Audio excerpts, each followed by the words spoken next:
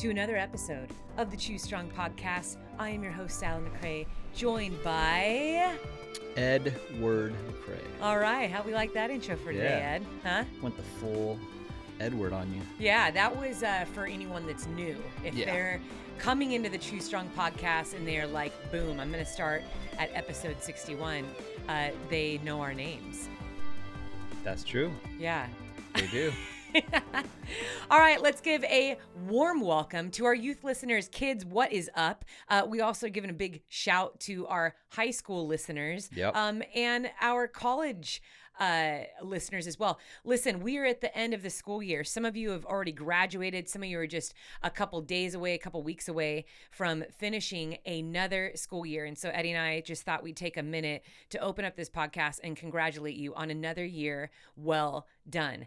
Now, whatever adventures you are looking forward to this summer, or maybe it's working, a summer internship, or some races, just know that Eddie and I will be rooting for you. Keep choosing strong in all you do. Now, there are people that have just started their run, Ed. There are people who have started racing. And so we want to acknowledge you guys, as always, putting on Coach Sally's hat right now. Make sure you got some good electrolytes with you. You got some good fuel, because we're going to be with you every single step for, I don't know, an hour, 2 hours. We really never know how long these podcasts are going to be. You're right. But we can assure you that we will be in your ears for a minimum of 60 minutes. Yes. And so during the course of the next 60 minutes, you better make sure you're getting some calories in and some electrolytes. So I'm just reminding you that right now. Also, since you are just starting your run, hey, you know what? Give yourself some grace and ease into it. If you're not feeling amazing in these first couple steps, even if it is in a race, that's okay. You're gonna shake all that off.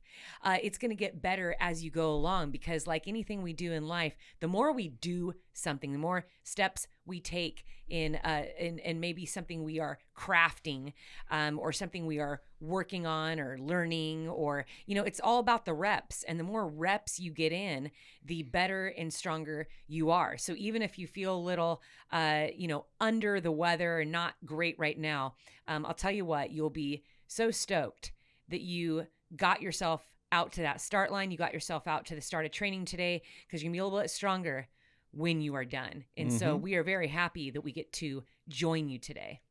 Yeah. No, I was just thinking of, when you're mentioning the reps, I thought of Malcolm Gladwell's book, The Outliers, and how he makes a point and says you can't become great at something unless you have like 10,000 hours of reps of something So I was thinking, I was like, is it like in running, you get 10,000 steps and then you're like, all right, I'm feeling good. I got my 10,000 steps in. Now it's game on. Is that not? I'm thinking 10,000 miles. No, miles. 10,000 hours. Absolutely. Because that's long. You and I just went out for like a 3.5 mile walk. We got almost 10,000 steps. Let me see, actually, I'll show you right here. Yeah. I got. What do you got? 9,505. See? But I did have about 1,500 prior. Did you? To that walk. Did you? Yeah. Just But yeah, close to 10 already, so okay. I'm feeling ready. Yeah, you're feeling good and ready. Yeah, I want to say hours or miles would be the more accurate gauge on that. But I'll tell you what, when it comes to reps in anything, I also like to highlight the fact that not all the reps feel good. No. And sometimes those reps where you don't feel good make you not want to come back out again. Mm-hmm. And, as we talk about so much on this podcast, that's actually where you get better. It's in the reps that you're not feeling amazing, that are the most challenging ones, where you don't feel the strongest. That's where the growth happens. And so embrace that, be prepared for it. For those of you racing, you're at the beginning right now. Listen, at some point, you're not going to feel great. But when you tell yourself, oh, that is a part of getting to the finish line, that is a part of becoming better, then you're not surprised by it, and you embrace it. And then it becomes not a beat down mentally of like, oh man, I just don't feel great. This isn't, not how I want it to go. It becomes more of a challenge. Like, okay, let's see how good I can work through this. Let's see what side of myself comes out that I can actually strengthen this area. When things are tough, how can I be stronger? And a lot of that's going to come down to how you view yourself, what you believe about yourself, the hope for that finish line or the end of the training run. Keep those eyes up, that heart up, and know that that's where the gold happens. No one becomes great by everything being easy out all the time, okay? I don't know anyone that's great in any industry that had a smooth sailing path. And I think we forget that because all we see is, we see people at the pinnacle, at their success, whether it is financially or with their awards or their material possessions or popularity or whatever it is that you want to equate to being successful in an industry. But you know what? There's a lot of struggle, a lot of challenges, a lot of ups and downs. And sometimes those things lasted years, setbacks. That's literally a part of it. Yep. So, we want to start off with a big bang of encouragement today. Boom. Where you are in life, in training. Eddie and I are right there with you. We are right there with you. In fact, Ed, today's podcast is all about racing. We are in the thick of racing season. We have a lot of people racing right now. A lot of people are writing in about that. I know that you put out a questionnaire, a call for questions on the Choose Strong podcast Instagram. If you don't follow that, make sure you do. So Eddie polled the community. Yep. We got a ton of questions about training and racing. So we said, okay, let's make that the topic of this podcast. But before we dive into that, I think I just need to call you on the carpet. Uh-oh. What? Well, I saw one of the questions you decided to answer yourself before this podcast. I didn't know if they were talking to you or me. I think everyone knows at this point, the Choose Strong podcast is your account. I do not run that one. And you took it upon yourself to answer one of these questions. And they didn't clarify who it was for, so I just figured it was probably I think I'm for going to me. highlight it. Somebody asked, do you sometimes feel anxious about a hard session beforehand? So Eddie went ahead and posted his response and said, yes. When Sally told me to run 20 miles for my training session, I faked an injury. I was so anxious. Oh, wait, this question was probably for Sally. I didn't know. Shall we talk about the fake injury? I find out that you were totally fine the entire time you were training for the LA Marathon. So good. Ed, how has your week been? How has my week been? My week has been, well, let's see. It hasn't really started. I mean, it's just since Tuesday. our last podcast. Oh. I mean, that's what I'm kind of in the last to. the last 7 days. How you been? I've been okay. We had a weekend where our daughter didn't do what she necessarily wanted to do in terms of her race, which that happens, right? That's part of sport, and so that was a lot of tears. That was a rough weekend for us in that area. So, and then there's another thing that's been kind of frustrating me as well this past week where so I like to back up and tell stories from the beginning. So you do a good job of that. I'm going to do that right now. And I don't care if you're not wondering about this, but I'm just going to tell you. I'm going to tell you the story. Okay. All right. So we purchased a couple $100, kind of a cheaper, little dinette set for the kitchen, and had it shipped to us. And I opened it up thinking I'm going to put it together, and it was busted. Yeah. So broken wood. Not fun. So I had to get on the call and say, hey, you know what? You shipped us out a bad table. So we need the table to be picked up and delivered a new one to us. So not only did they pick the old one up, they delivered a second one. Did they not pick it up? Did they not pick up the pile of broken wood? It's definitely still there and broken, but they shipped the second one out thinking, all right, this is going to be the winner. I opened that one up, broken. So I was not happy about that. Yeah. So I called them again and said, hey, you guys gave me a second table that was also broken. I would like a refund. I don't want any more tables because I can't chance it being broken for the third time. Now, granted, this is a very, it's not a very expensive piece of furniture, so the part that was broken makes sense. But they did not pick that one up either. So we have 2 busted up tables taking up a lot of space in the kitchen. In our kitchen. Yeah. We have these boxes are large. They're huge. Every morning I wake up, I go down to the kitchen, which is my domain. Okay. Really? I love being in the kitchen. Yeah. I'm just going to say that. I like baking, cooking. That's where the coffee is. Okay. Let's just be honest here. I like to eat. It's my favorite place to hang out. Okay. And right now there is these 2 giant boxes that are ripped open with, the chairs are in there too. So we have these backs of chairs. We have the legs of the chairs. We have this broken table and the legs of the table. 2 of those times 2. So we have 8 chairs and 2 tables. 8 chairs, 2 tables, and we can't use any of it. Yeah. It's a big mess. So, hey, Living Spaces, why don't you come on up and pick up your broken wood? Because I'm thinking that maybe, like, how do we know? How do we know that they know that they're ever going to deliver us a good table? I mean, did we get conned into just buying broken, busted furniture that they just need to get rid of because they don't have room at their storehouse? Hey, John, send the idiots this one too. Right? Yeah. I mean, there's no guarantee there. And here's the thing. When you're buying the table, they are very adamant on you buying the warranty. You better buy the warranty. And I remember the first busted table, you're like, Sally, I didn't buy the warranty. I'm like, no.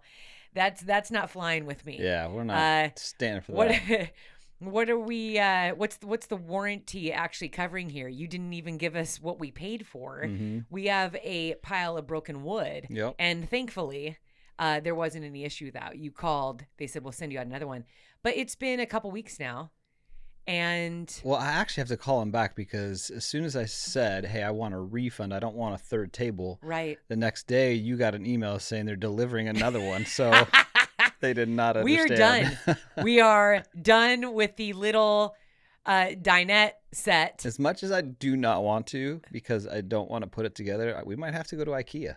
Yeah. Oh, I mean, that is like the last resort because I do not like putting that stuff together. IKEA. It takes me 3 weeks to put like a chair together. And I feel like it's more and more pieces. The more that you buy from IKEA, it's basically put these splinters together. Totally. And it's like, here's some glue and tape. Box 4 of 4. I'm like, I just ordered a chair. Well, how in the world do I need 4 boxes? You know what?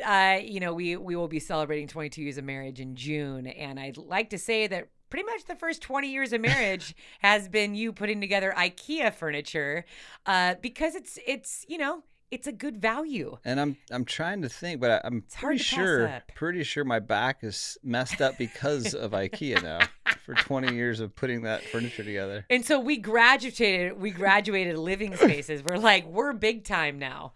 We are big time. Oh yeah. And why not go to where you only have to put together certain parts? But, we're learning the hard way. The thing is, like, I love good old-fashioned garage sale, thrift store. If I had the time, I'd buy an old set and just refurbish it myself. Sand that puppy down, paint it the color you want. I love stuff like that. Yeah, that's fun. I love recycling things. But, here we're thinking about, we're going to have Mackenzie's graduation party here. We have this big space since we've moved in that we've wanted to put just a very basic, simple dinette set, nothing fancy. I'm not fancy. Nope. And here we go. Here we go. Thinking it would just be a one and done. No. We'll just pick this up. I'm very, I'll walk into these furniture stores with Eddie. I think we've talked about this in the past when we first moved into this house. There's a couple pieces we needed to buy. It is not Eddie's favorite thing to do. I don't love it. No, it's not in the top 10 or the top 20. When I say let's go furniture shopping, he is like a slug following behind me. And I always have to bribe him, like, hey, let's go get lunch and coffee and donuts and bagels and let's go get fat and go buy furniture. How can I get you out of the house? So I actually try to be quick with these. I know the measurements, pretty much what I want. We didn't want to spend a lot of money. I think this set was like $350. and it was like 6 chairs. You know, a little dinette set in the corner. And here it's just turned into a big fat mess. And I, you know. Not happy about it. It hasn't been fun. So, yeah. Anyway, Ed, that's been your week. It's been my week. You know, outside of that, can I just dive into Eddie's Goals, brought to you by Sally McRae? We want to know how the gain season is going. Last time I talked to you. Gain season. You said you were going to be on this 8-week program that involved no running. Yeah.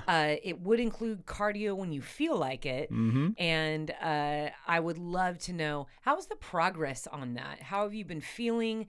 Have you been meeting your daily goal? Fill us in. Yeah, 100% met. I have not ran at all. So this goal is going very well.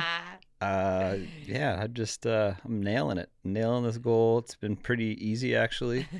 You know, just cranking away, and it's been easy.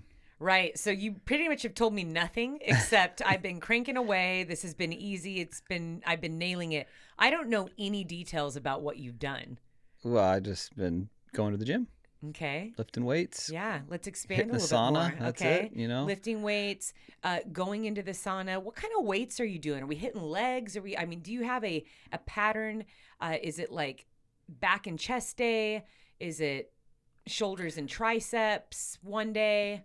Lower body, core work? What are we doing? I think just all the above. We just said, you know, I just get in there and whatever I'm feeling, just crank it out. It's whatever you're feeling, but you don't have I don't have a program. No. Like a program that today this is what I'm working on. No. You basically walk into the gym. This is how I'm envisioning it. You walk into the gym, kind of look around, you look and see what machines are open. If there's a bench open, and then you sit down on that bench and you look at yourself in the mirror. Yeah. Pump yourself up a little bit and say, you're making stuff what up now. would be the hottest exercise that I could do right now? I know that Sally's on the treadmill behind me. How can I impress her? Yeah. And so it's usually bicep curls. That's right. With your curls chest for the pumped girls. up. Curls for the girls. What? I got a message that this relates to the goals here. I got a message from Scott on Strava. He says, "Hey, I listened to the episode 60 today on my run. An 8-week goal of no run daily streak, which wish I would have thought of that. I hope it works out well for you and recovery with all the other work and workouts you do. I don't know how to give you kudos on Strava every day for not running, but just pretend that I do that. That way you can keep up with your daughter in the kudos war." Hey, well, speaking of kudos, Ed, you have started a Choose Strong community group on Strava. Yep. I love that you do that. Can you download us a little bit? What does that look like? It's just a group called Choose Strong. That's it. There's not much to it. No, it's cool because it's an opportunity, especially for those that maybe don't have Facebook, that want to be part of the community, to get encouraged and be inspired by what everybody's doing in the Choose Strong community. So if you are not part of that group, jump on over there and get into that group. It's been pretty cool to see all the people that have joined, and you know, it's cool to give everybody some kudos, some props to what they're doing out there. Well, you loosely dropped it. How many people we got in that group so far? I don't know, 600-700, something like that. That's incredible. So it's only been up for a handful of days. If you are on Strava and you want to be a part of that group, you know, I feel like the groups, I really do like the groups on Strava because if you need some motivation, it is fun just to kind of get in there. Yeah. And even if it's just giving kudos to people. I mean, I know this may be a reverse psychology thing. If you haven't trained for the day and you're just not feeling it, go and just like give comments and kudos to other people, encourage them in what they have been doing. And it's interesting the change in perception you might have, because it's just when it comes down to it, you're just showing up to get something done. Yeah. You know, right before we sat down to do this podcast, we went and, you know, we did a little 3+ mile walk. That felt great. We got in the sunshine. We got some steps in. I think walking is really good. So, it's just getting something in, moving your body, but encouraging other people in what they're doing is also good too. But we love the community. We love seeing you guys on there. Yeah. Be the best at giving kudos and comments and encouraging other people around you. You want to do that in on Strava. We hope to see you there. Yes. So speaking of that, I wanted to highlight a couple of our Choose Strong listeners and the work that they're putting in. Strong body, strong mind, strong love. Dwayne Hogan posted actually in the Strava group. He said, a good run, but it crashed hard after the race. I got to dial in my nutrition better. Also, past Gap and Berry is legit. I love how it turns on my competitive juices. He ran the Ogden Marathon out in Utah. Oh, there's quite a few people I've gotten messages from who also ran the Ogden Marathon. Yeah. Okay, here we go. Dwayne, well done, my friend. Good stuff running that marathon. Another one, Sammy from Strava. Sammy said, first time running 10 miles. Oh my gosh, it's amazing. That's a double digit. Hey, this is a big double thing. Digit. I always like to celebrate the double digit runs. That's a big deal. You remember that. Yep. Got that PR medal. It says, congrats, you set your PR in the 10 mile. And there's a picture. Heck yeah. It says, brought baby girl along for the ride. Got a picture of the stroller and the baby girl. Dude, how awesome on that is 10 miler. So the first time she ran 10 miles, she had her daughter with her. Nailed it. Okay. Pretty cool. That's a big celebration. I'm glad you took a picture of that. I hope that you savor that. And when it pops up in your memories, also remember that Eddie and I were cheering for you and we celebrated you. Keep going. That's awesome. All right. The last one I want to highlight is Carly. Carly posted in the Facebook group a rather long message. Great picture of her with her arms up, stoked. But I'm just going to highlight a couple things that were said. She said that she learned from the Choose Strong podcast, and these things took her from a 3:58 marathoner to a 3:14 marathoner. Oh, let's go. And a couple of things that she highlighted was the importance of nutrition, and she learned that when she's focused on performance, she fuels every run. She ate oatmeal, banana, and hot chocolate for breakfast before her recent marathon. Took 4 gels across the course, carbo loaded, and came in at 3:14. She also talked about strength, how she learned that it's important to lift those heavy weights to build power, falling in love with muscle and building and feeling resilient. And she's been made stronger and feels faster. So props to Carly for a 3:14 marathon. That's a huge, from 3:58, 3:14. Pretty awesome. That's huge. Yeah, that's huge. Yeah, that's awesome. Congratulations, Carly. Thank you for sharing that. So yeah, I just want to highlight them. And now I actually want to do two little podcast shout outs. One from Spotify, and LG on Spotify says, I was in such a bad headspace thinking of how I lost my sister and other things I struggle with. And I chose to do my planned run with you two in my ear. And soon I found myself laughing at Eddie's next new goal as he planned it and wrote it in his notebook. I was running and I was laughing to myself. And I just want to say thank you so much for sharing your funny stories. Thanks again from me, someone who was pretty down, and now I feel a lot better. Thanks, guys. I love that. Yeah, LG. Thank you, LG. All right, and the last one is from Beck Running on Apple Podcasts. It says, I've been drawn to Sally's energy very early on, and this review is a long time coming. I'm a very muscular woman, and I don't look like a runner should. Sally's always made me feel special and that I'm me, and I'm to be comfortable with that. I even started lifting using the app, and it's actually making me feel a lot stronger. I never thought I would run a 100-mile race, but maybe one day I will. The podcast helps me appreciate myself throughout, even in very dark times. I love the podcast to never give up, and how Sally talks about seasons and how seasons have an end, even if they're very long.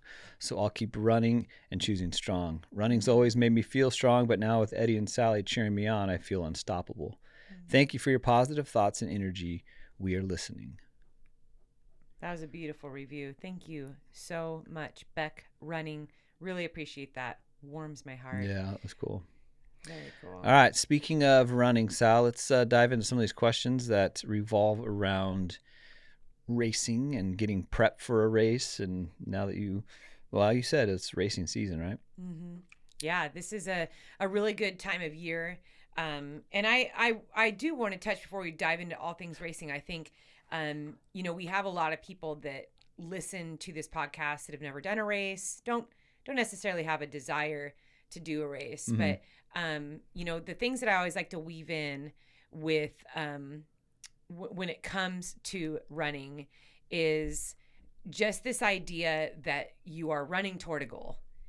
And that is a wonderful parallel just to life. Mm-hmm. So if you are a listener and you're like, like my husband runs, my best friend runs, my partner runs, but I'm not really in the running, but you enjoy this podcast, I do want you to think about some of these answers as just applying to your own goal and the things that you are naturally interested in.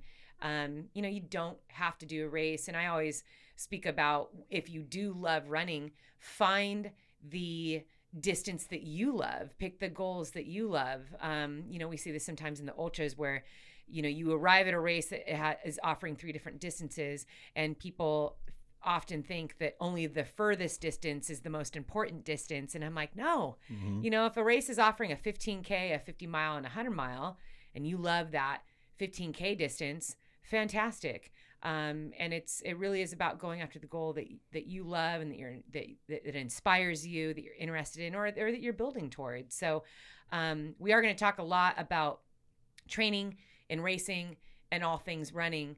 But, at the end of the day, running is just such a fantastic parallel to life. Yeah. Yep. This episode is brought to you by the Apollo wearable. Unlike other wearables, this is not a biometric tracking device. Apollo is a therapeutic wearable designed to be worn discreetly on the wrist, ankle, or anywhere by clipping it to your clothing.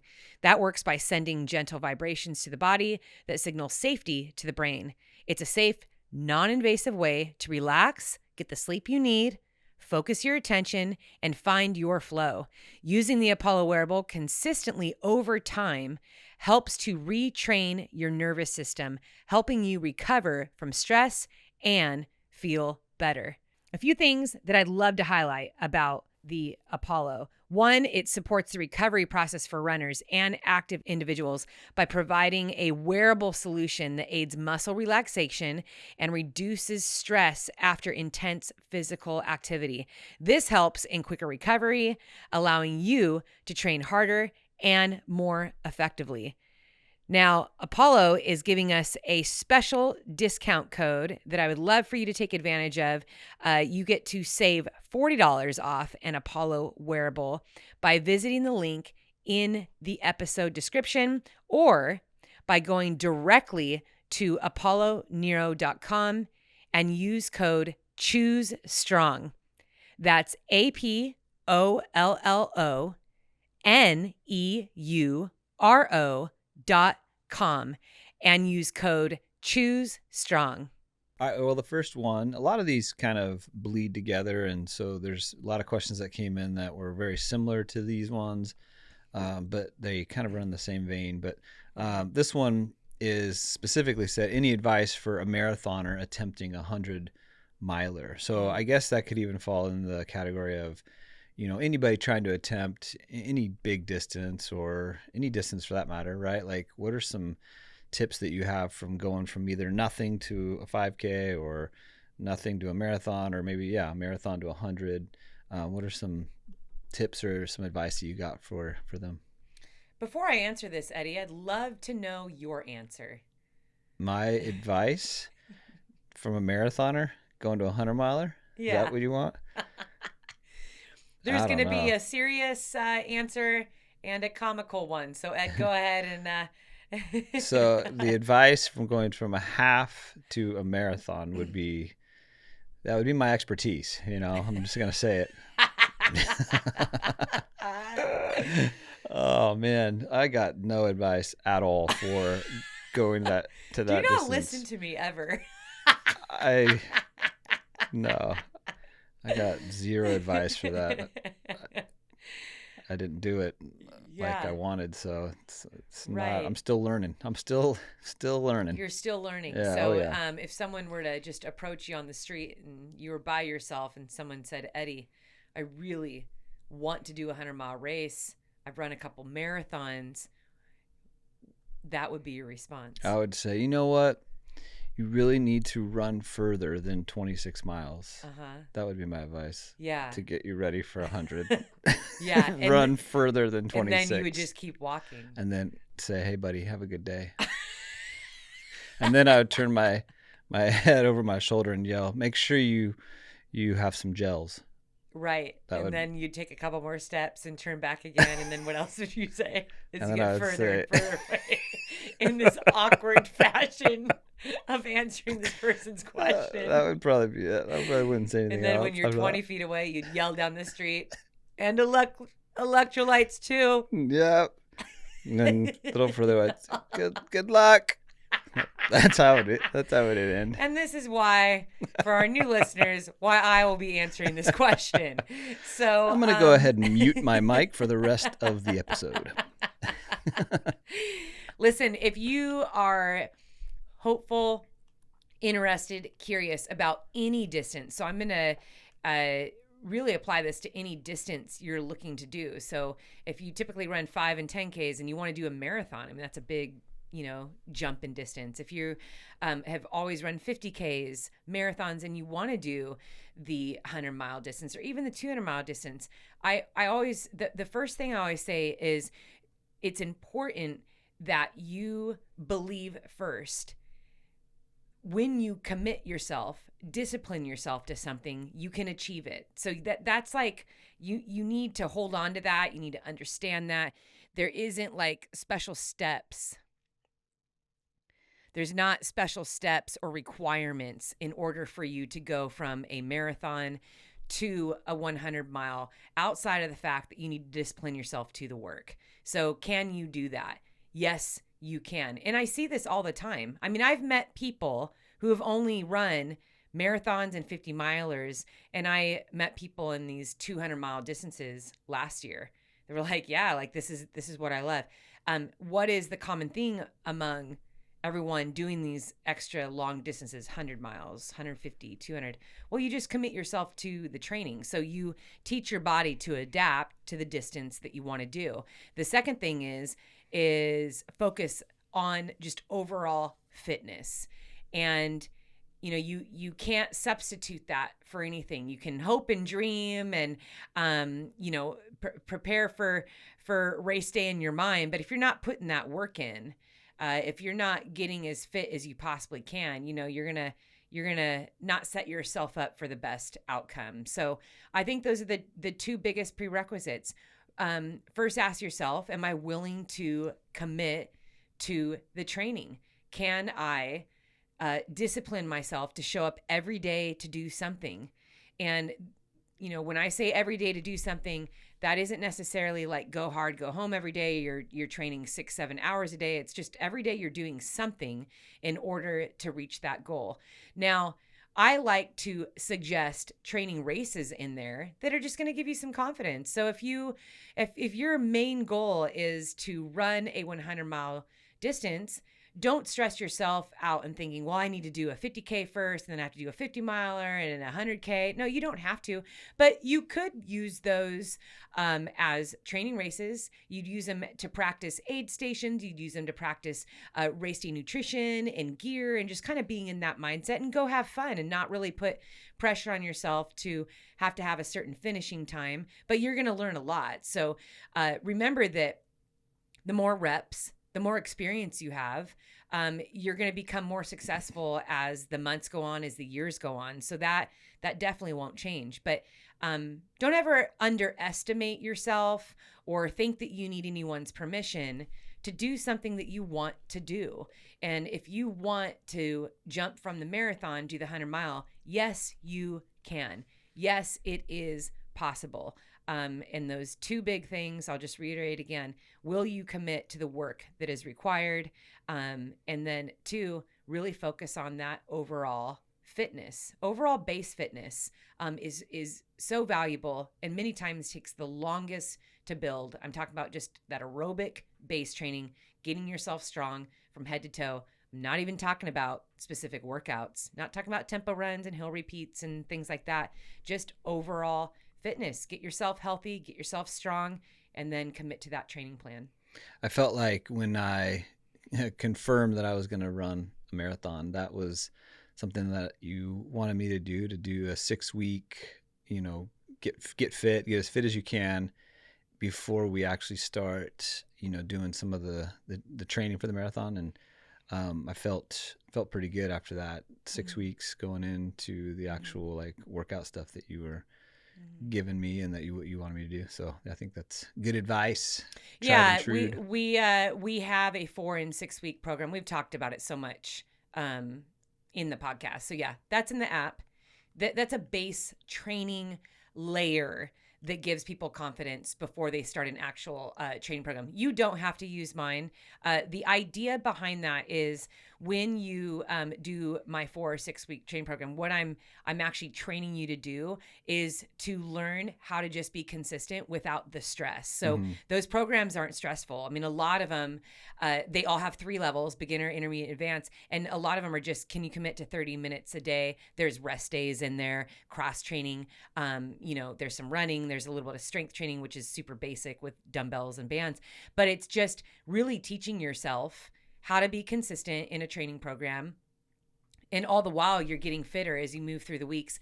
But it's a low stress program. It doesn't stress you out. It doesn't beat you up. But you learn about yourself in that program. You learn where your weaknesses are. I mean, I have you do like some really basic stuff that show you where you're weak, where you're imbalanced. And then it allows you to see how your training fits into your everyday life. See, sometimes we jump into a goal training plan and we are like a little stressed out about it. And we might not be able to hit all the workouts right away. And a lot of these training programs start right away with workouts and very structured type of running and intensity. And I just feel like it's a lot better to lay a foundation of just fitness. And whether that's like you like to bike, you like to swim, you like to do Pilates, like you like to lift, like just get consistent fitness into your life for 4 to 6 weeks so that you can feel out like what works for your schedule, whether it's your school schedule, your work schedule, your family schedule, because that's what's going to bring confidence. Yeah. And when you do that for 4 or 6 weeks, you're then like, okay, I'm ready for this training program. I'm ready to like really commit to training for this race. And I think that is a huge part.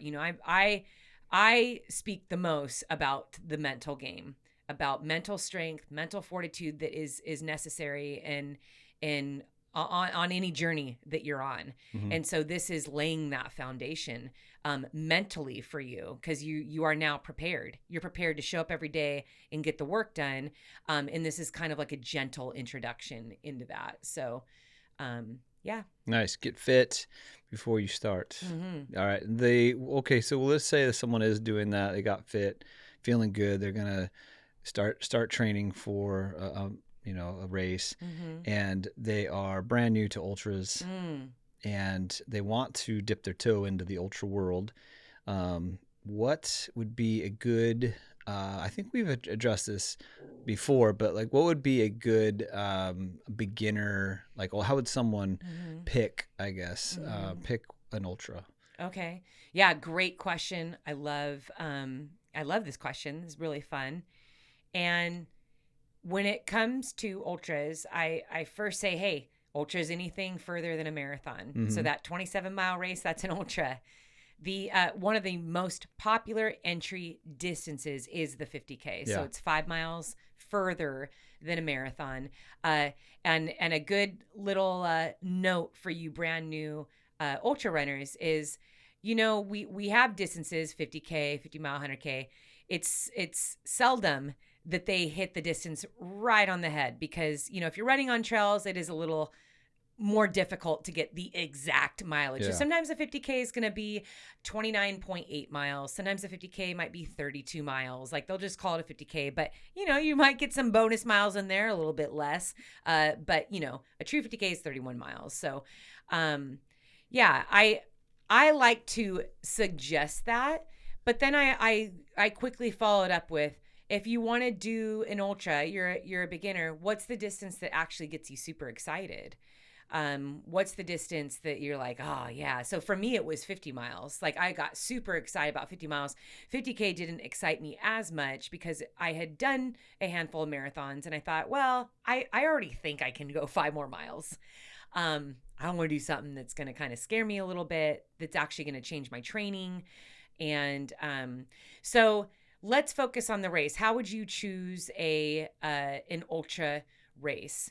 And so regardless of the distance, so you determine the distance that you want. A few prerequisites that as a coach I recommend. One, make sure the race has been around for more than a year. And if it hasn't been around for more than a year, make sure the race director isn't brand new. And there's nothing against that. I've got a lot of friends that are race directors, a lot of people that are actually exposing new races, that have done that before. But here's the thing. Many times those inaugural years for a brand new race director, they're also working out some kinks. And so, you might want to go to a race that has been around for a little bit so that as you're totally learning about ultras, that maybe you're not also learning alongside a race director that's brand new to race directing as well, So I don't really have a problem going to a brand new race if something's in their first year, just because I pretty much understand all the things that I need to do in a race. I'm not going to be intimidated if, oh my gosh, there's not an aid station here. Well, I'm already prepared in my pack, so that's okay. Yeah. I understand I'm going to download that map in advance. And I remember doing a race one time where it literally got shut down at mile 30. We were rerouted in the middle of the race because the permitting was not okayed in this race. Yeah. And I think the race director thought it was. Whoops. So now a lot of people complained. For me, I was like, dude, I was like 8 years into my career. Like, wasn't a big deal. I was like, oh yeah, that this happens, and it was a training race for me. And I wasn't so concerned about it. But, sometimes stuff like that happens. So I'd say just choose a race that's been around. If you are a flatlander, you live in the city, you're brand new to just lots of climbing and lots of descending, I'd say try to choose a race with a lower elevation profile, maybe more on the mild side of climbing. So like a 50K, anytime a 50K has 5,000 or more feet of climbing, that's a solid climbing in 30 miles. So I suggest hey, if you can find one that's 4,000 feet or less, that's still solid climbing in there, but you're probably getting a good mix of some good running. You're probably going to get a good mix of having relief from the climbing, and you'll get a little bit of everything. Choose a route that is pretty straightforward. So if it's a loop course, let's say you're doing 2 laps of 15 miles, that's actually kind of nice because you can do the first loop and then you're like, okay, I know what to expect now. So sometimes the loop courses, if it's multiple loops, that brings a little bit of confidence for a new runner. If you are nervous about being on trails, you're nervous about getting lost, or just being out in the wilderness kind of makes you nervous and you just feel like I just need to kind of wet my toes and just get used to being out there. Don't be ashamed of choosing something that is a loop course or has a lower elevation profile, because we all have to have a starting point. We all have to learn somewhere. I know for me, I was terrified of the trails and terrified of animals. And, I say 80-85% of my training was on a treadmill for my first 50-mile race because of that, and because I had kids. So but I look back now and I'm like, that was my starting point. My starting point was choosing American River 50 because the first 26 miles was on a bike path. I loved that. That gave me a lot of confidence. That also allowed me to see you, Eddie, and the kids and our friends. That made me feel so much better knowing I could see you guys a lot. Yeah. And that gave me a lot of confidence. The next 26 miles, it was pretty straightforward. I don't remember having any navigational errors. It was a very easy to navigate course. That race had been around for a long time. There was a lot of people that ran that race. The race director is a fantastic race director who's been in the business for a long time. And so I just felt like, hey, this is a good fit for me. This is a race that is going to be a good first. So there's a lot of things that you need to take into consideration with your first ultra, but I would say overall, let the leading determination be one that is going to actually make you the most successful. Okay, so there's a lot of time and space and chances to pick those big, super challenging ones. But if you are brand new and you have a lot of apprehensions and you have your maybe some you're a little nervous about certain things, choose one that's going to set you up for the most success. Choose one that you're going to enjoy. Also see if there's a friend or someone in like a community group that you can do it with. I think like anything, you're going to remember that first ultra. Maybe you want to make a vacation about it. I know with our first ultra, it was in Northern California. We took the whole family up there. I got my best friend to pace me. I mean, I've never really had an experience like that since then. It was like the goal for me at that time was like, I want to complete this. I have no idea, how it's going to go. I didn't know what to expect, but I was really glad that I chose American River 50 because I looked at the profile and the race details and I thought, this is where I'm going to feel the most confident. This kind of map profile, this kind of race I think I'm going to feel the most secure for this one. Is that how I choose races now? No, that's not like the leading thing. I look for quality races and, beautiful places. I love challenges. I love the unknown. I love the adventures, but all that has evolved over time. Mm-hmm. So if you're a first time ultra runner, give yourself some grace. Allow yourself to be successful by choosing a race that's going to set you up for the most success, that's going to allow you to finish. Choose a race that has a good amount of aid stations. Choosing a 50K that has 2 aid stations in it, that might be a little bit more difficult than a race that has 5 aid stations in it. I mean, that's a lot of aid stations. Like every 6 miles, you're going to see like a solid aid station. That's awesome. So consider all the things. Consider the amount of support. Do you get to have crew? Is there drop bags there? It really comes down to the support you're going to get and who's going to set you up for the most success. As you were thinking, as you were speaking, I was thinking of there should be a website out there that like ranks the ultras on like how good their aid station food is. That would be one of that those. Would be fun. As a beginner, you determine, hey, I want to do that race. They got good food. Well, here's something, a little tip for newer ultra runners too. A lot of times in these races, the race director will choose an aid station captain, and they're actually in charge of getting all of that. So you'll notice sometimes from aid station to aid station, not all of them, but from aid station to aid station, they're different. You'll get to one aid station, you're like, wow, this one has jelly beans, Oreos, Pringles, watermelon.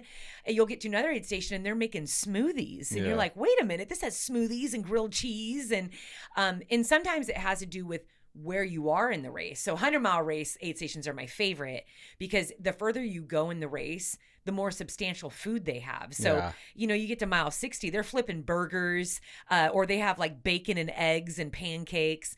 It's pretty fun. So, and a lot of times those aid station captains will make a theme.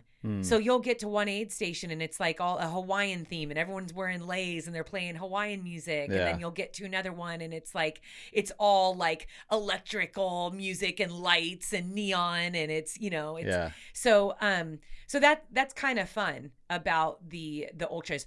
One, it is important though, go on the website. Typically RDs will say, this is what will be common among the aid station. Expect salty snacks, which could be pretzels, chips, crackers. Sweets will include cookies, candy, and this. But at the end of the day, especially for the new ultra runners, you should take advantage of the drop bags because regardless of what they offer, have a 1 or 2 drop bags where you have your favorite things, the things that are going to bring you comfort, joy, and are going to refuel you, or stuff that you get excited about. I used to do that in the beginning. That was one of the best pieces of advice that I got is I used to do Red Bull a lot in my earlier Oh, I thought you were going to say I running. used to stick a whole pizza in there. I can't wait till mile 8 when there's an entire pepperoni pizza waiting for me. Yeah, that would be a rookie thing to do for sure. I love it. I used to always do Red Bull, and I would put that at the halfway mark. I did more 50-mile races in my earlier years. I really loved that distance. And so at the 25-mile or 28 or wherever that drop bag was, that was kind of just a cool psychological cue for me. It's like, dude, you're halfway there.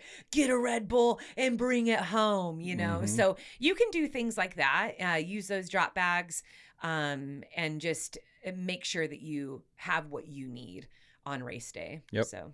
All right, next one. How do I increase my endurance so my pace early on can last longer into a race? This is a deep question. Actually, we can get into the science of this. I always like to recommend my buddy and my coach, Jason Koop, his book.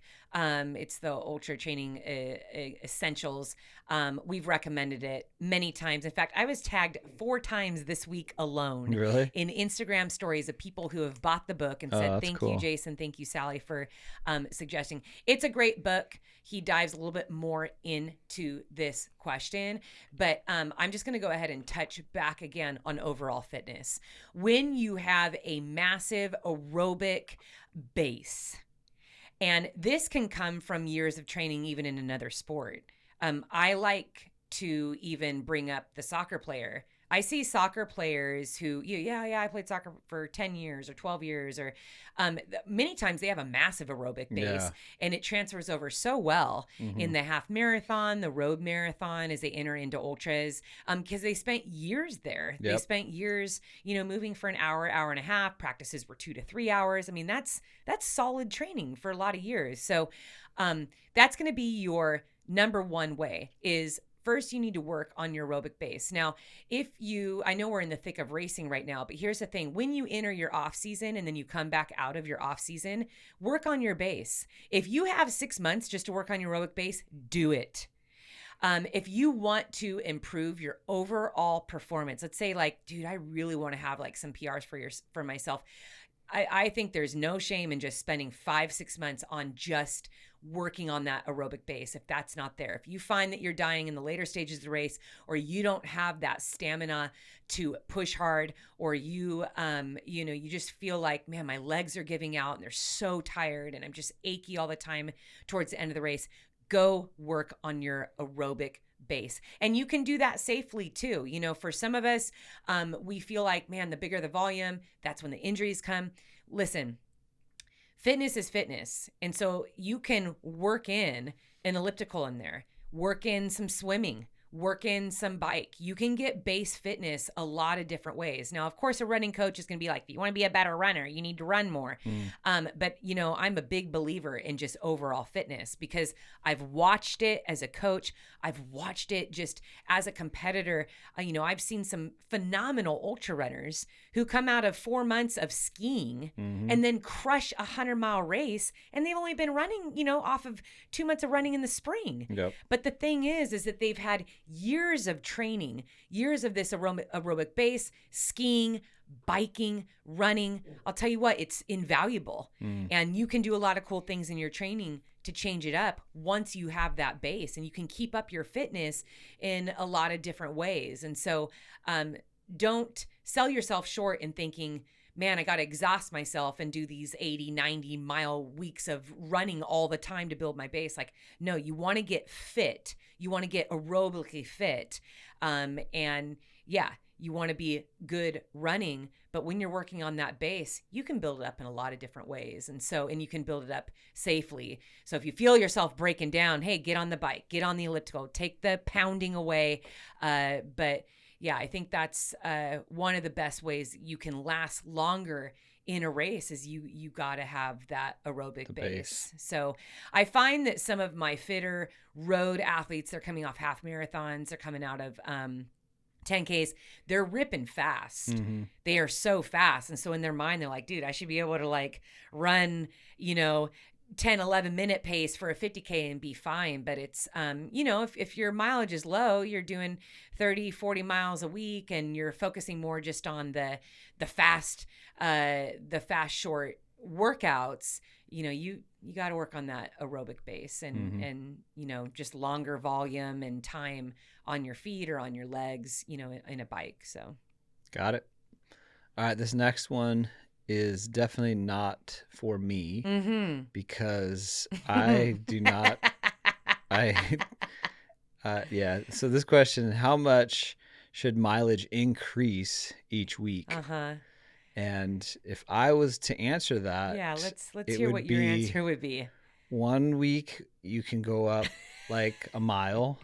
The next week go up like 15 miles. And then let's bring it down the next week to like 2 miles. And then the following week jump up about, 10. Yeah, why not? Why not? Yeah. It's kind of like I like to call that strategy it's like abstract painting. It's just kind of like, this looks good here. I'll put some shape over there and some color over there and call it a painting. Right. That's my strategy. So what you're reiterating here is Sally has the answer. I just have a random idea of what might work for me. Again, I'm going to go turn off my mic. Mute. Okay, let's answer this one. How much should mileage increase each week? This is at the root of it, a loaded question that is very dependent on the individual athlete. And I'm really big on customized training. A coach is going to say, hey, there's a rule of thumb of, the rule of thumb is increase it 10% each week. But that doesn't always work. I feel like for some athletes, there's some other factors that go in to that, especially when we look at the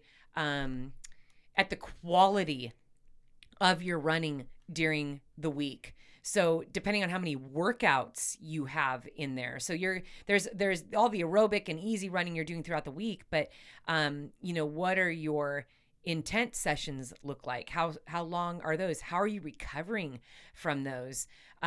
Also the importance of having some building weeks and then a recovery week. So you have, you're climbing up in mileage, but you also need to have some time where you're taking the mileage down, you're recovering that body so you can build again. So, when I first started in marathoning, I did that 10% rule. In fact, every week I'd add an extra mile to my long run. Is that what it is? 10%? Like, yeah, typically? that's a good rule of thumb. But I think sometimes we can get stuck in that when sometimes it should be a little bit more, So if you are running, 8 miles as your long run, what's 10% of 8 miles? 0.8? I mean, are we adding like 0.8 then the following week? So is the idea just do a little bit so you don't get hurt? It means for safety? Yes. And that's a good note there is you want to ease into building the miles. And so to keep someone from this week I do 8, next week I'm doing 15. You don't want to do those big jumps like that. But here's the thing. If you've been running for a lot of years and then you took, a couple months off and having that person run, as they're building back up 8 miles one weekend and then just 9 miles the next weekend, when really they could probably do 10 or 11 miles. You know what I mean? So it isn't, it's different depending on the athlete. It depends on what you're building toward. It depends on what your base fitness is. Yeah. It depends on how long you have been running. And so I'm just going to speak to the beginner here. Because the intermediate and advanced athletes pretty much know this answer, and they've found it through trial and error. But if you are a beginner, that is a good way to do it. It is, 10 to 15%, I think, of an increase for that long run. That's always kind of like what I'm looking at is the long run. But other coaches won't even look at the mileage. It's time. I think sometimes we can obsess over mileage when in reality, if you're a beginner, you should actually be focusing more on time, time on your feet, because then that's a better gauge. And I think that's what we did for a lot of your training, Eddie, was I wasn't like, hey, go out and run 10 miles. I was like, this weekend you're going to run for 75 minutes. Yeah. And then next week we're going to add 10 minutes onto that.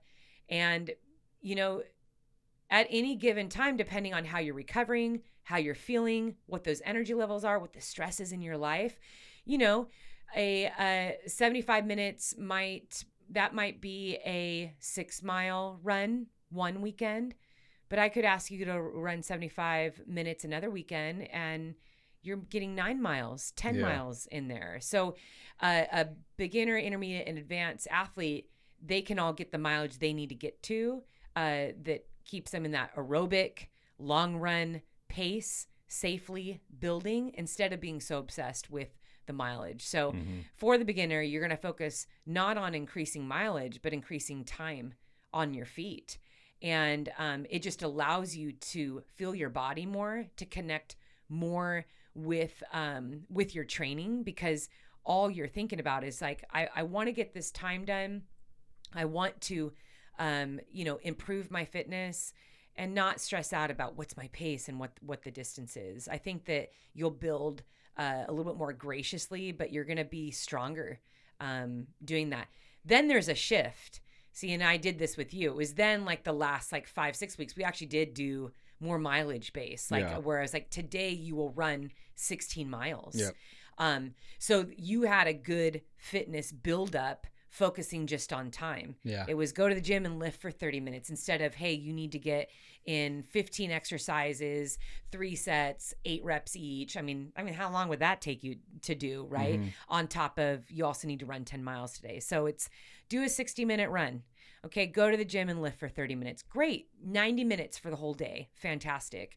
That doesn't stress you out. And even, I know for me, even being in the sport for so long, when I come out of a off season, my base building back before I start a legit training program is all time based. I'm going to go out for a 60-minute run. I'm going to go to the gym for an hour, and it's awesome. It keeps my mind at rest. I start to build back up into that fitness really graciously. I don't exhaust myself. I don't stress myself out. And I feel excited about starting a real structured training program that way. So if you are building up, let's say, to an ultra marathon, it's going to be your first ultra marathon.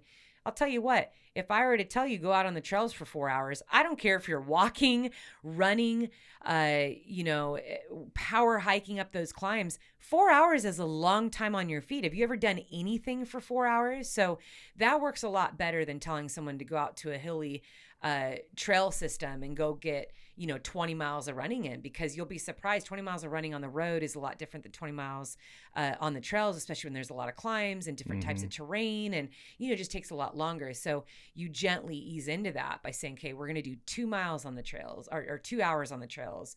Let's do 2 hours and 15 minutes on the trails. And then pretty soon when they get to that 50K mark, they're like, wow, I'm going to be out here.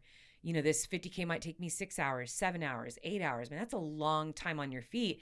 And your brain is prepared for that. Yeah. Because that is what you were doing in your training. You were prepared to have a long time on your feet. So.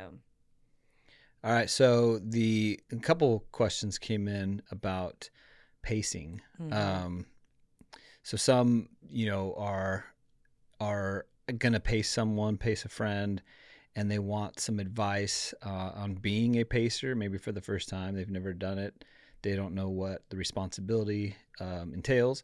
And then there's also people that are running a race that are choosing pacers that want to know some tips or maybe some guidelines that they would put in place for them in terms of choosing someone to pace them. So I guess all things pacers, what would you share about that? I love this question because there are many runners in our community that don't have a lot of interest in running 50 miles, but they love to pace. They love to crew and pace. And it's such a great way to be a part of the ultra and trail world, is that support. Because I'll tell you what, as a competitor myself, man, I've shared some pretty amazing memories with my pacers. Yeah. And that support system is gold. I mean, I can't thank my crew and pacers enough. I mean, it is a team effort. And so I really like to talk up pacers because you have a good pacer on your side following from behind or right next to you. That can be a game changer for you. They are keeping you on the course.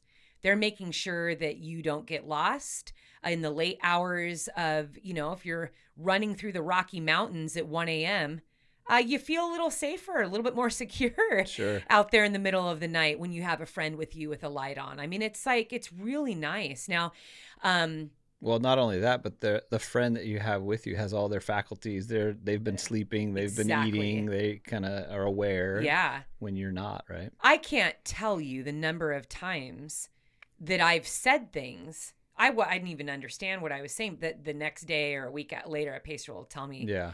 And I was like, I said that, or I thought that, and it could be really like even crucial things where I'm like, oh yeah, I'm good. I don't need anything to eat. And they're like, I've been timing you. You haven't eaten anything in an hour. And I'm like, what? I literally thought I just ate something. You haven't. Yeah. Like I've literally been watching you.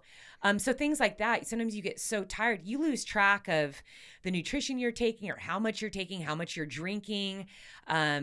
It's easy sometimes to be like, wait, how far is the aid station? And, and them even pointing out like a marker here and there. Now, granted, not every race lets you have a pacer. And very, very, very few races will ever let you take anything from your pacer. So pacers cannot mule for you. In other words, they can't carry anything for you. They can't give you anything. They're just there as a physical presence.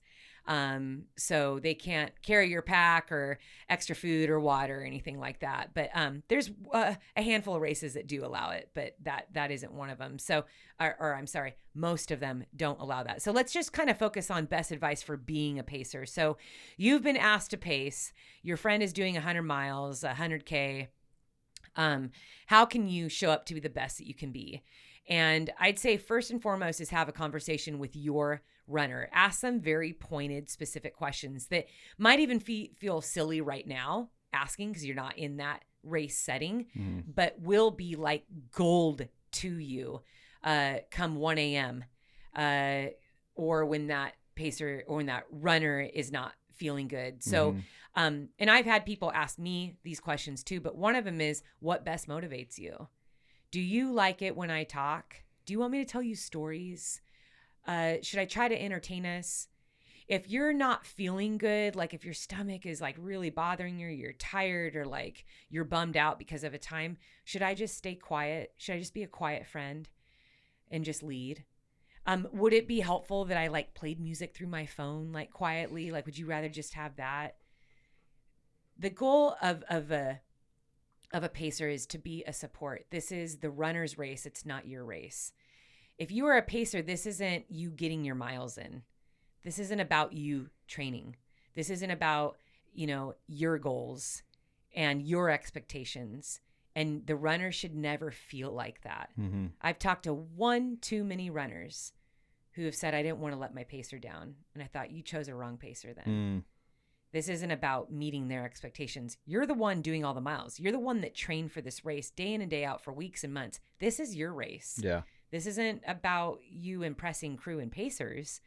And so that needs to be really clear among the entire team.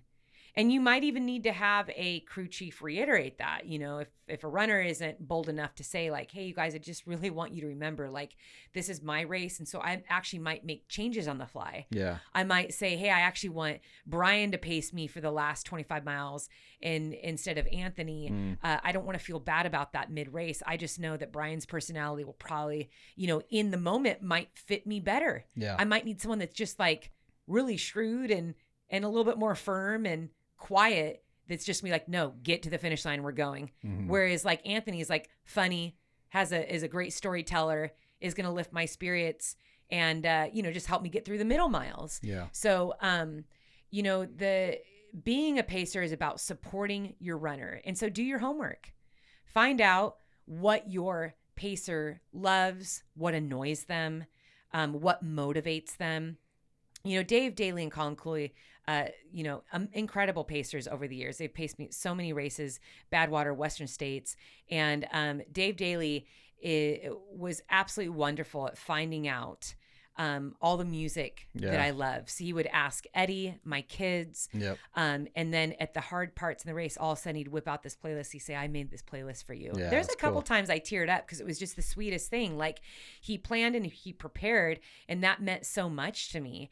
And also I loved that because then I didn't feel like I needed to talk or, go back and forth. I just listened to the music that was picked out, and we would run together in silence, listen to music for an hour, and sometimes that's just what I needed. Whereas other times my friend Sarah Tarr, she and I would just talk. I remember that was super motivating to me, and we'd pick up the pace and we're just chatty, for 2 hours, just clicking off the miles. And sometimes that's what I wanted. Colin Cooley, very firm, very focused, knew exactly what my goals were. It was just hey, there's nothing fluffy about running with Colin. He's going to keep you focused. Yeah, you eating? Okay, I need to make sure you eat. Okay, 20 minutes, you need to drink. No, let's go. There's lights getting closer. You need to pick up the pace. No, I know it hurts. I don't care. Just tell the pain to shut up. Keep moving forward, Sal. So it's I've had all different types of pacers. I'm very specific on how I choose them because I know their personality types. And so you as a pacer need to remember that too. It's okay if your runner puts you at a certain spot. If they're asking you to pace, that's a big deal just in the first place. But I was thinking of how you chose your amazing pacers for Moab, right? You had certain sections hey, Sarah's great at climbing, so she's going to be here with me on this section. I want to rip on this flat section, so I got Billy to kind of get me going on that. So there's a part of the race can dictate to who paces where, or who's going to even pace, right? Based on how the course maps out. Absolutely. I was very specific with those pacing, having Joe bring me home. There's very specific is why I chose Joe for that. Billy in the flat, long marathon section that we ran together. I knew Billy and I would talk the entire time, and we would just click off that flat 26 miles at a good clip. And actually, I'm even thinking about Cocodona, right, where you had Shelby, who's ran the course before, so she was familiar with the course. You had Summer, who lives out in Arizona, so she knows the climate. She she can get her way around, and same thing with Bryce, right? So there's that element too, where they knew the race, they knew the course. That was a big deal to me. I mean, I hadn't ever run with them. Right. Yeah. I hadn't run with Shelby and Summer and Bryce before. So yes, choosing people that knew the course, and Shelby and Summer are great runners. So they are fit. Both of them were training for races. So I was like, okay, I have two dependable athletes who really love this course. They love this race. They're very familiar with this terrain. I was like, these are going to be great pacers, for me. So, it's a great question. We could probably do an entire podcast, I feel like, on being a pacer. For racers that are considering, should I do a pacer, should I not? I think there's a benefit to both. Having raced around the world, Northern America, typically probably has the most races that let you have pacers. Most international races don't let you have a pacer. It's rare that they do. I know Tarawara lets you have a pacer at a certain point in New Zealand. But why is that, they have their different ideas about it. I mean, I've heard everything from no, that's a massive advantage. That doesn't make any sense. Why would you bring someone to run with you? Whereas in the United States, there's very few races that let you have poles outside of the 200s. Obviously those are allowed for various reasons outside of just climbing. They're your sticks when you're falling asleep. So keep you going. You lean on those. But there's not a lot of races that allow, poles. Obviously giant, big mountain races will allow for that. You see Hard Rock, I think Ouray and some of the big, more rigorous climbing races will allow them, but most of the races don't. I think I brought up that story of Lynn Chen of us training in the Western States course, and she came running out with her poles because you're allowed to have poles everywhere that she's raced, and it was really perplexing to her that she couldn't have, and she still sometimes will train with one pole. Oh, really? Yeah, it's just what she's comfortable doing. So, but anyway, yeah, the pacer is going to come down to your personality and what you want. There's some people that just, I've had moments sometimes where I've thought, man, I just want it quiet. Mm-hmm. And I've gotten to a point too where I'll tell the pacer that, like, hey, I probably am not going to respond to you right now. I've thrown up 6 times and I just need to sit inside my head. And are you okay just running in front of me? Mm-hmm. I'm just going to literally stare at your heels. Yeah. So I think, as runners, be okay with being very honest. Because again, this is the race that you train for. Don't not say anything after 6 months of training because you think you're going to hurt your pacer's feelings. If you can't say something to your pacer without wondering whether or not you're going to hurt their feelings, then maybe you need to think about who you're having pace you. Yeah. In the same vein for pacers, be okay what your runner says to you. It stays on the course. I joked about that with Billy. Billy's put up with a lot with me in those 200s when he'd pace me, but he's like a brother to me, and so I can be incredibly direct, with him and be like, no, yes, stop. And he gets it. He's done so many big races himself, and he knows me well enough. He's like, yeah, Sally's grumpy. Okay, she's grumpy. I'm not talking to her right now. She needs to be left alone. So Sally, just follow my heels, So yeah, speaking of, like, he's a friend of yours, obviously, but he's been around you and racing for a long time. So speak to the person that's gonna sign up for a race and just wants their friend to be out there pacing them. Is that a good idea? I've spoken with some people, because people have asked me, like, why doesn't Eddie pace you all throughout my career? And on one hand, that was first, like, you were only doing half marathons at the time. You didn't have a lot of interest and you weren't on the trails. But I've always gone back and forth with this idea of having your partner or your best friend pace you, crew you. I think there are some partners it's not a good idea. Yeah. I've talked to, a few of my friends who are competitors are like, oh, no. I could never have my partner. We would be at each other's throats. Like, we would be fighting if he paced me, or he would drive me crazy, or she would drive me crazy. So, again, that goes back to having those conversations beforehand and just being really open and honest, I remember the first time I paced you was that night section at Badwater, and it was like, I'm like, I'll jump in there for like a few miles, and then Colin and all those guys fell asleep in the car, and we're like, where are they? I'm like, I'm not prepared to go this far. We were going up the mountain. Yeah. It was like the last climb. I do remember that. That's pretty funny. That was amazing having you. And then the next year during the Choose Strong project, when I just did the Badwater as just part of the project, we weren't racing that year, but you raced me in the hottest. You paced me in the hottest section. That was gnarly. That was Stovepipe. Or Panamint Springs. Panamint Springs, yeah. Mm-hmm. All right, so that was good stuff about pacing for sure. Yeah. Let's transition a little bit to you. Oh. And there's a question about Western States training. Have your goals for Western States shifted between when you first ran it versus now?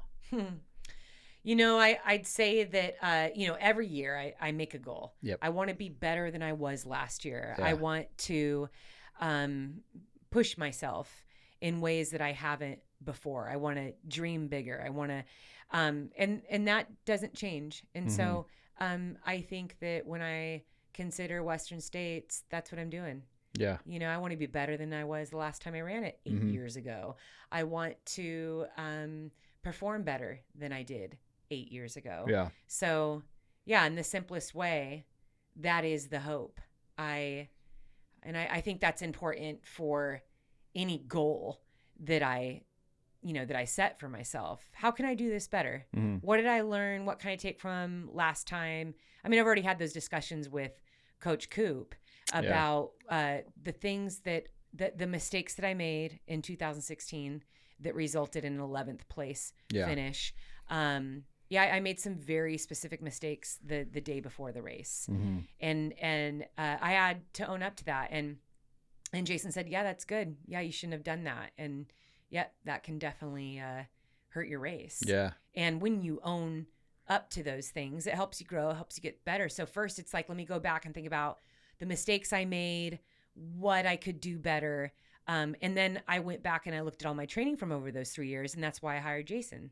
So I hired Jason, new perspective, new way of tackling it, new conversations, new dreams. So yeah, that excites me. Yeah. I'm going into Western States with a rejuvenated perspective, with big hopes, and I just want to do better than I did last time. Yeah. Speaking of Coop and him giving you a program for Western States, and I know that I already answered this question for myself, but what about you? Do you sometimes feel anxious about these hard sessions that he has planned for you going into it? And I know firsthand that they're, I think I've mentioned this before, is that you feel kind of like anxious about getting started, and you're always thinking about it the night before. And so yeah, tell us about being anxious before a hard session. Yeah, I think run workouts are a different, like mentally I prepare differently for run workouts than I do a recovery run or just a prescribed 4 or 5 hour run, long run.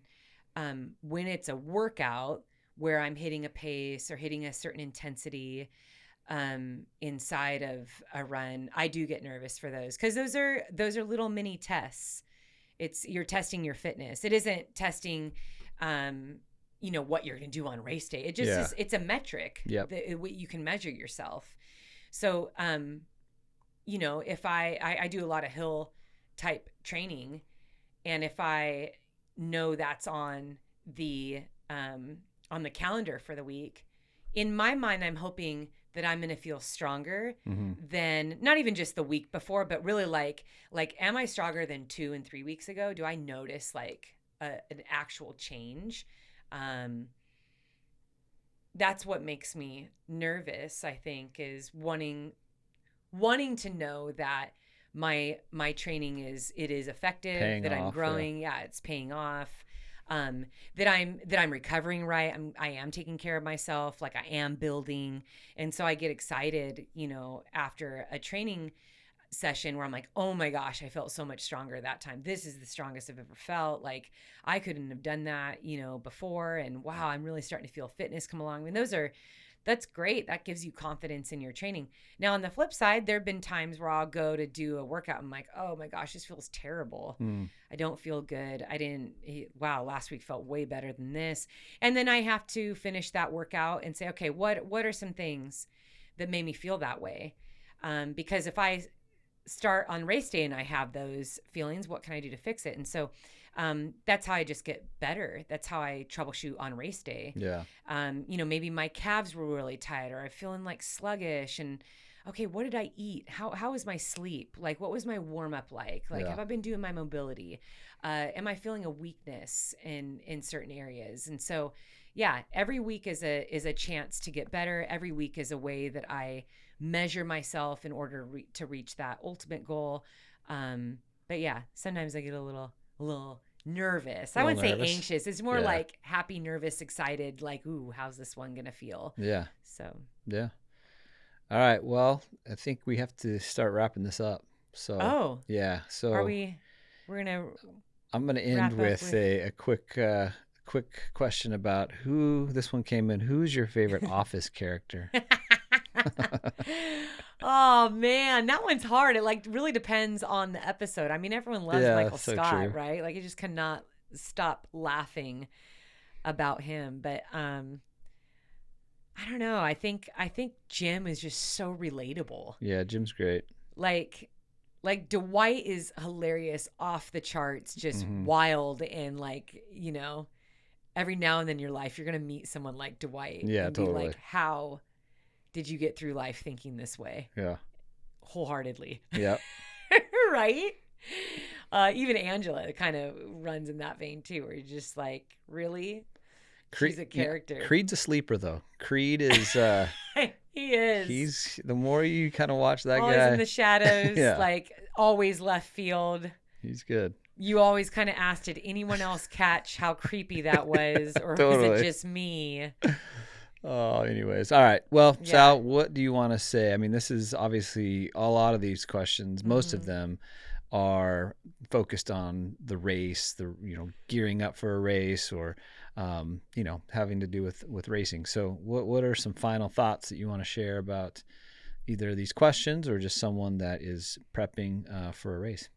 I just realized it's 1:53 and Isaiah has his permit test today. Yeah, that's why we got to get going. Wrap this up. Yeah. Listen, runners that are still moving along so powerfully, and yes, I say powerfully because that's what you are. You are a powerful force in this world, and that is what you should be telling yourself as you move along. Even if you don't feel great, you have the power to move, and that is such a gift. So well done. Regardless of the distance that you are currently training for, or the distance that you are dreaming up and you're trying to figure out, oh man, what am I going to choose? I want to encourage you to remember that your mind needs to be trained too. And one, you don't need to ask, as I said earlier, you don't need to ask anyone's permission for the goal that you have in your mind that you want to achieve.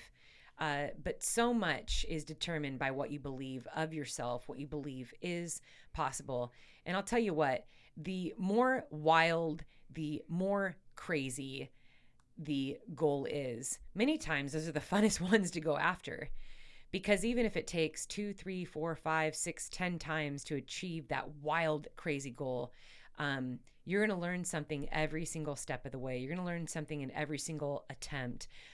You're going to meet some cool people. You're going to see some rad things. You're going to grow. And that's really what all of this is about, is you giving yourself a chance to dream, giving yourself a chance to build and to learn and to have these life experiences. And if you are a parent or a teacher or a coach and you're setting out to choose a race for yourself, remember, you have a lot of people watching you. It isn't about the results. It's how you go about doing it. And I'd say at some point in all of our lives, we do feel like the odds are stacked against us, or we don't always believe in ourselves. And if that's you, I want you to throw on an episode of the Choose Strong podcast, because I will always tell you that I believe in you. And I always encourage you to believe in yourself. And I will always remind you of the strength that is inside you, because that's just the way we're built. We're built to be resilient. We are built to overcome. We are built to go on in this journey and to never, ever stop. And so I just want to say to you one more time, as I always do, to keep choosing strong in all you do.